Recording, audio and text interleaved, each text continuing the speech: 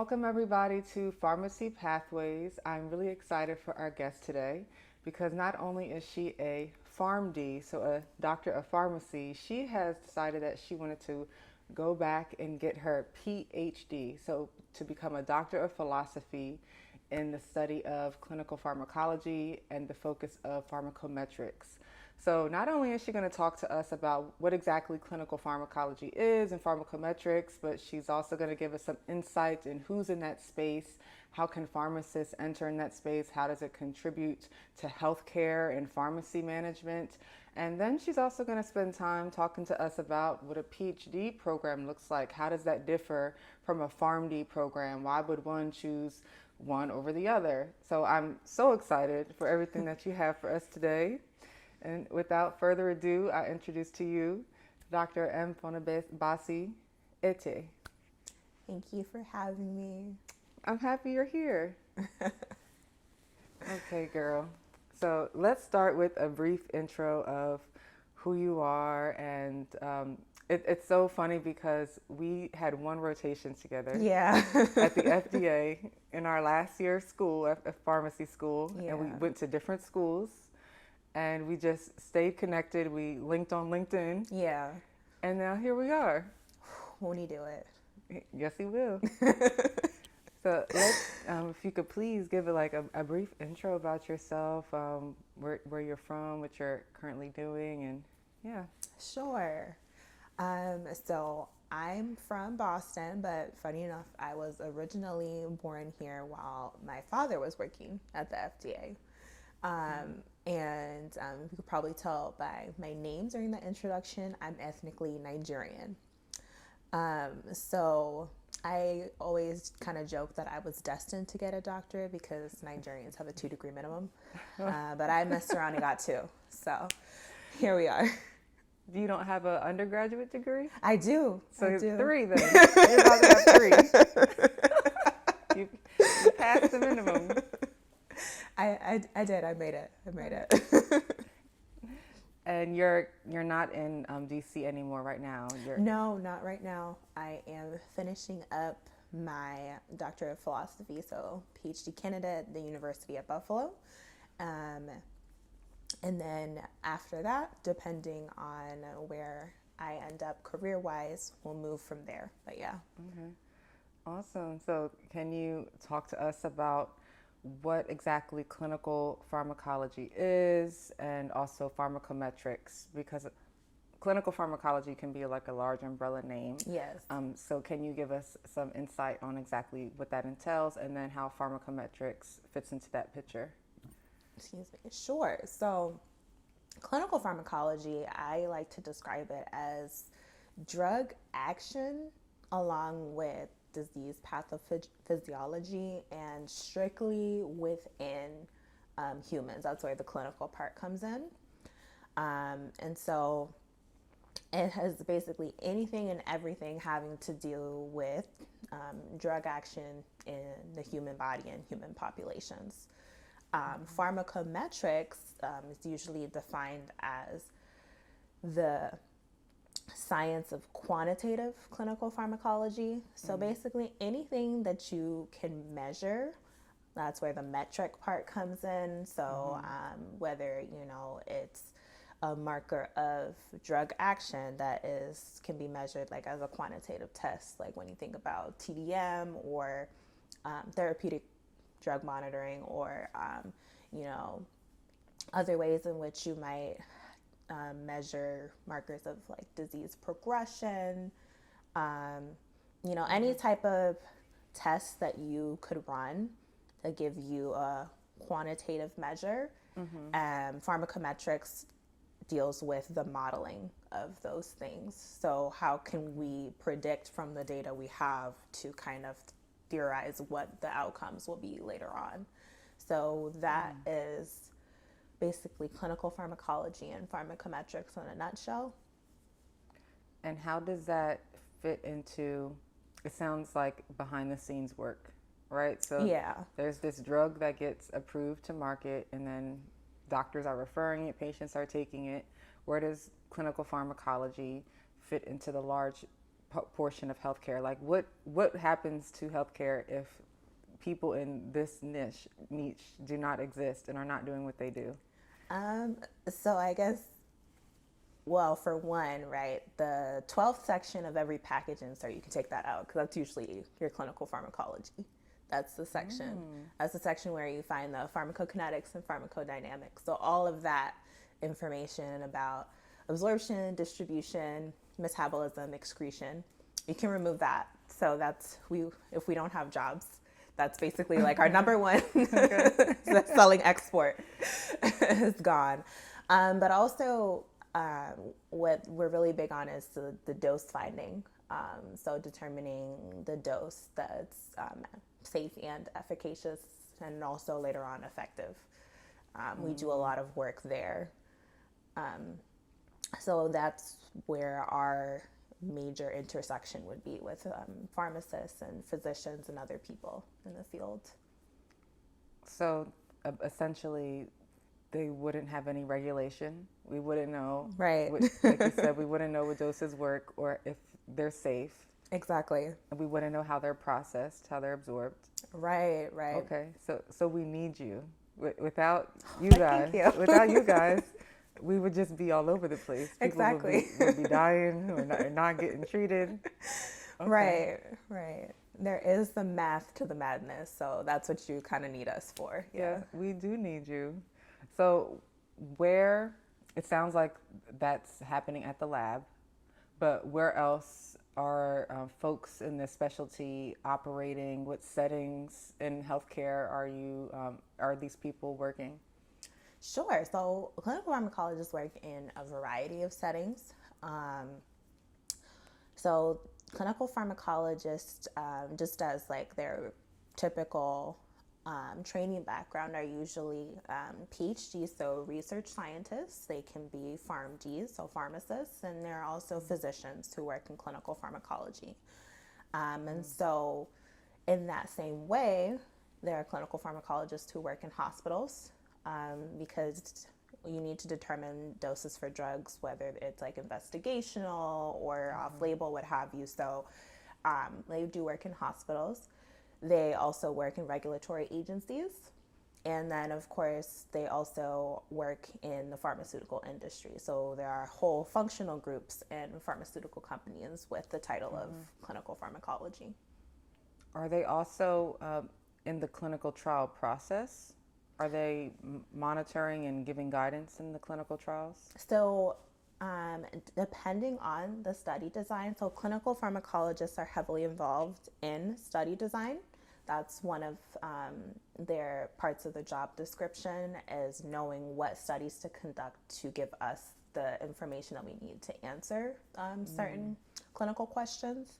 It's one of our big things. So we're very involved in study design.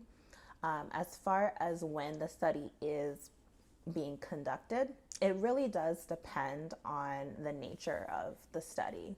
So for instance, if you're doing a phase 1 study and you also need to understand the pharmacokinetics, so basically the fate of the drug in the body, what does the body do to the drug, you're also going to need the input from clinical pharmacologists on that, because you need to know for that pharmacokinetic study, what samples do you need, when do you need to be sampling, how many samples do you need, like is it going to be intensive for the patient, or is 2-3 enough, and you'll get the information that you need to know what you need to know about the drug. Like especially, let's say like it's got a short half-life, clears out really fast. Okay, maybe I only need like 2 samples in 24 hours. Long half-life, maybe we'll proceed to collect more samples, so on and so forth.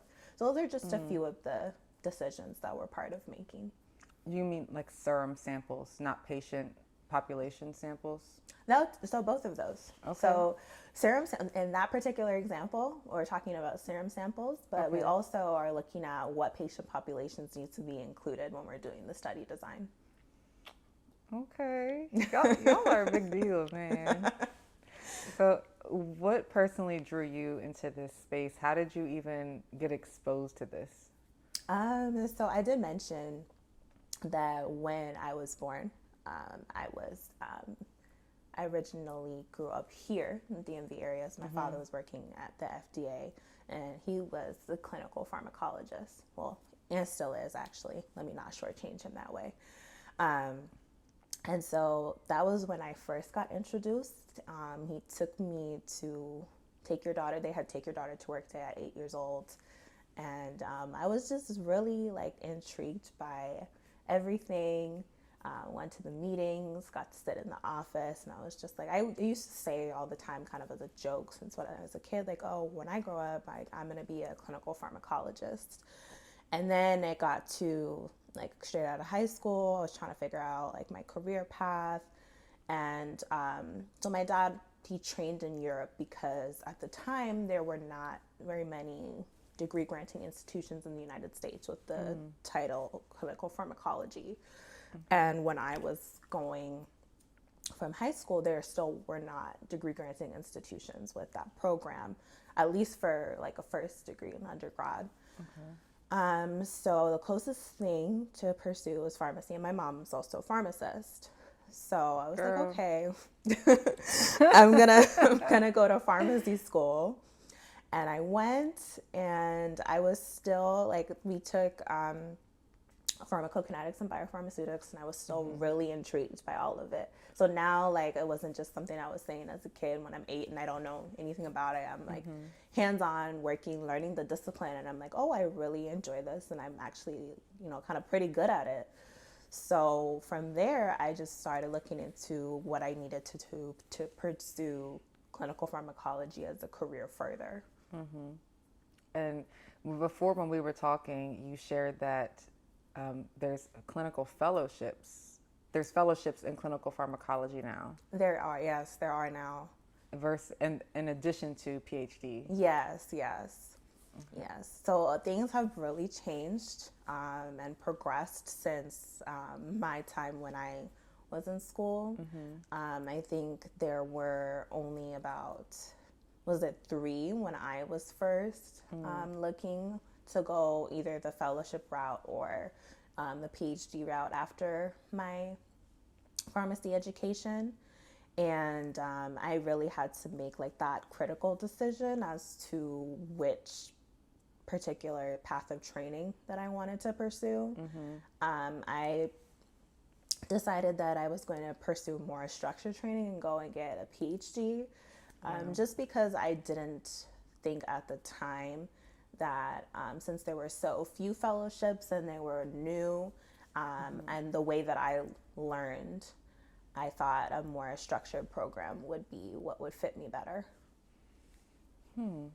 We're gonna circle back to that later, because I still want to dive a little bit deeper into clinical pharmacology, because you mentioned several different settings that people can work in, and I'm interested to hear which setting are you leaning more towards. Okay. So at the moment, I am leaning more towards working in regulatory agency. Yeah. And did you mention academia as well earlier? Something that you can... Yes, Okay. yes. So you can work in academia within clinical pharmacology, and that's usually specifically for those who more are interested in the research side of it. And so if you are more research inclined, then you can pursue clinical pharmacology as an academician or a professor. And that way you kind of have, I guess, a lot more of the freedom and creative to control to pursue clinical pharmacology in the particular aspects that you're passionate about or interested in, whether it's a certain disease state or a certain drug or medication modality. Because right now, like, gene therapy is really huge. So like there are clinical pharmacologists who are solely focused on that, or like nanoparticle drugs or what have you. Like so many different new modalities that we didn't have literally maybe even a decade ago. So there are a lot of people who are honing in on the research in clinical pharmacology there. Dope. And so if you're research inclined, academia is good, and also if you want to educate, Yes. that's a good niche. What about what inclinations would be better for regulatory versus pharmaceutical industry? Sure. So regulatory, I think the big things that you have to keep in mind is that it's not just science, it's regulatory science. And so it's almost as if it's science, but also you're, making policy or decisions that affect public. There's, very large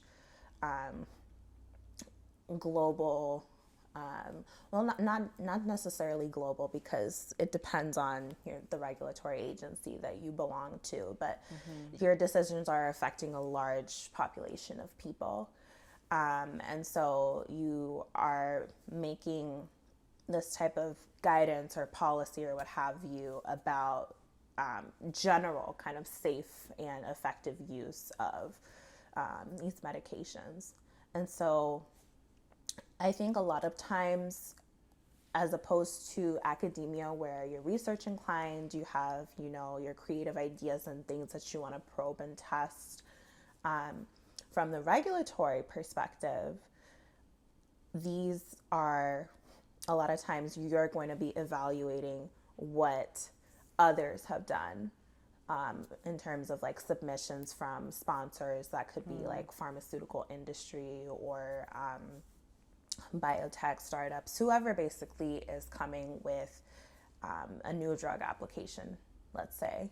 And so you're going to be evaluating that. So that's where the regulatory part of the science comes in. So it's not just pursuing like your own science that you're interested in and like probing it all the way to make sure that it's meets the requirements and everything you want to know about the drug, but also it's the assessment piece that comes from that regulatory part of the science. So I think I would say if you're interested in not only practicing science but also evaluating, then regulatory is a good path. And with those who are working for pharmaceutical companies, what are they doing that's different than the academia and the regulatory? Sure. So part of the biggest thing I would say with the pharmaceutical companies is that you have a vested interest, right, in your compound. So the drug or medication that you're working on from the pharmaceutical industry standpoint, you're trying to make sure, that you are able to produce the drug that does what it needs to do in a safe and effective manner. And that is going to look different for each drug. We do the best we can. A lot of times we have targeted therapies now, so we can mitigate side effects, but we haven't been able to completely eliminate adverse effects. So from the pharmaceutical industry standpoint, you're going to be looking at, okay, what is this drug doing? But also, okay, do we need to have a study and see like, okay, what is causing this adverse effect? You're going to need to answer like all those clinical questions. And so basically, to compare it to kind of the regulatory, they're going to pose a lot of questions based on like the data that you bring and assessing, how your drug that you're putting forward seems to work. And so from the pharmaceutical industry side, you're going to answer all those questions and you're going to do your best to have collected the correct data that is able to answer that question and also show that your drug works and does what it's supposed to do in the intended disease. Girl, that's a lot. Y'all are smart. We try. We're little people. And earlier you mentioned that in this space there's PhDs, but there's also PharmDs. Yes. And then there's physicians. Yes.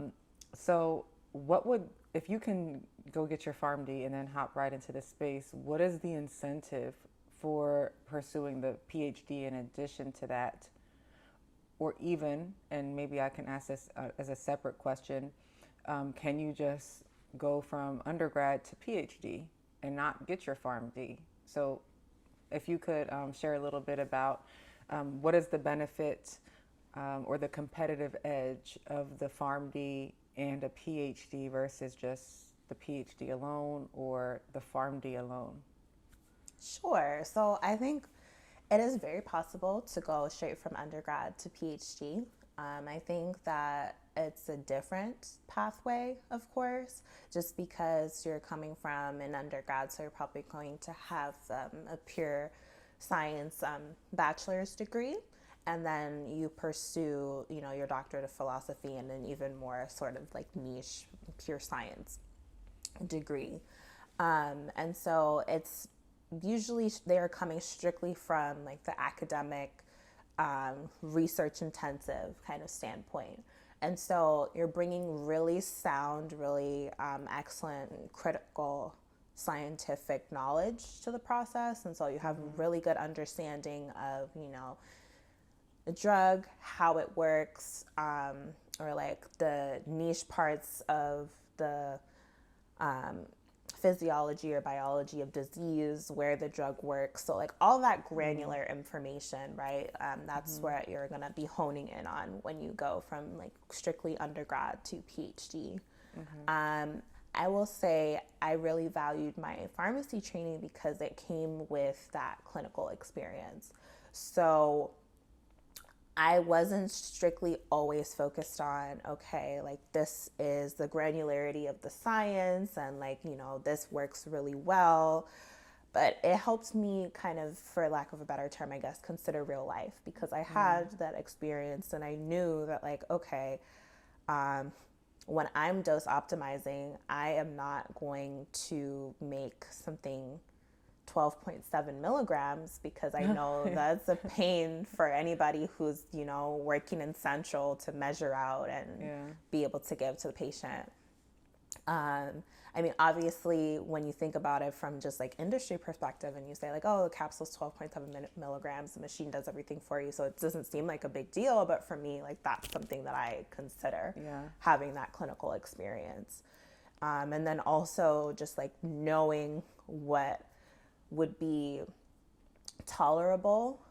Like a lot of times you don't have that frame of reference if you come just from undergrad into PhD. So you're like, oh, okay, like this causes hand-foot syndrome. There are other drugs approved that cause hand-foot syndrome. So like, let's keep going. But it's like, maybe not. Like maybe let's optimize the compound and let's see that we can make it a little bit more specific, a little bit more targeted so that we're not having this off-target adverse effect that, yes, of course, there are ways that we can pre-medicate the drug to mitigate that. But like if we don't need to see those adverse effects or toxicities, then why should we?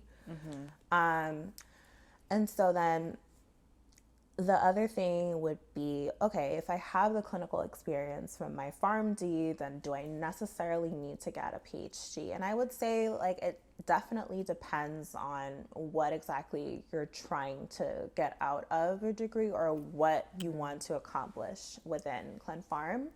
I remember when I was looking to find the path for myself, I looked at everybody kind of, in the executive suites within clinical pharmacology in industry. And I saw that, mostly all of them had PhDs and some of them were PharmD PhDs.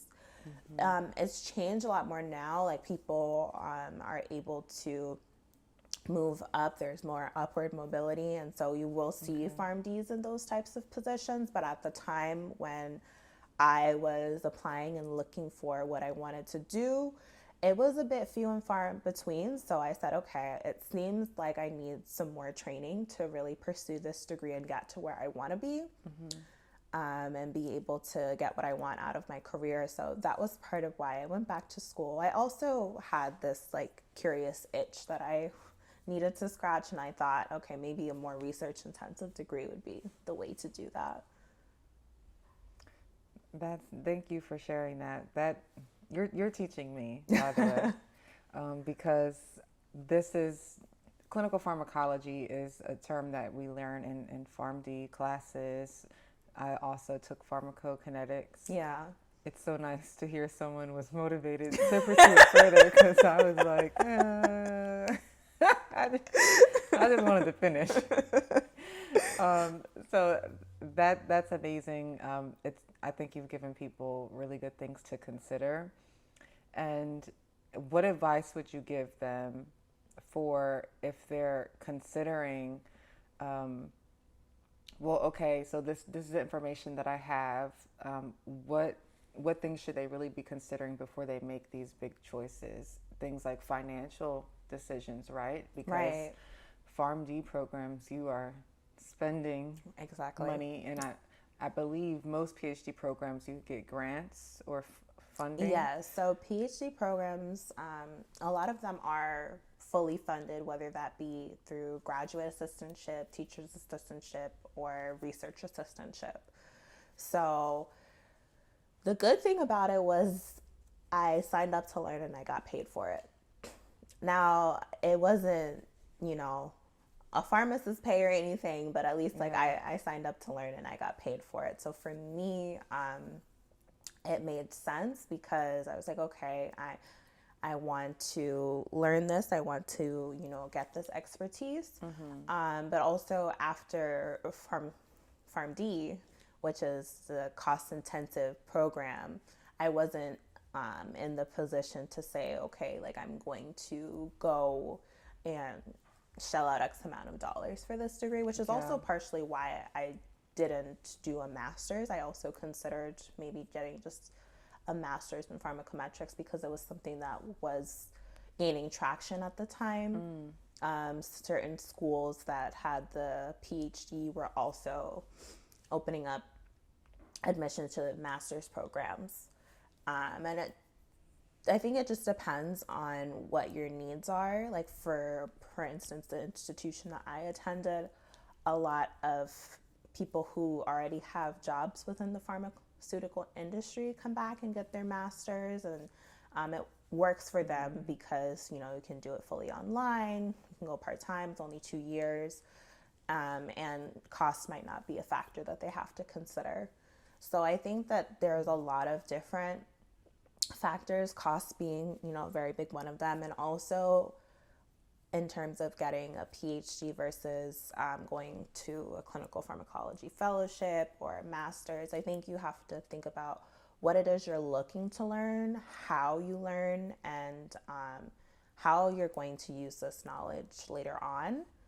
I think for me, I wanted to develop the skills in research because I knew that clinical pharmacology, a lot of it is making decisions. And so I wanted the confidence to be an independent scientist. And so I thought that that skill would really help propel me in my career. So I chose the PhD path, but I don't think it's compulsory if you wanted to pursue Clin Pharm. I think it's something that if you really feel like this is something that you're really curious and passionate about learning more, then it's something that you should explore. But we'll probably get to it later. PhD is not for the faint of heart, so this is not an advertisement for it by any means. But I think they are very interested in learning what like going into a little bit more deeper what you experience in a PhD and how it really differs. But in order for them to hear that, they're going to have to listen to the second part of this interview. Okay. So this is all that y'all are getting right now, and you'll have to see us next week. Thank you for tuning in. Thank you.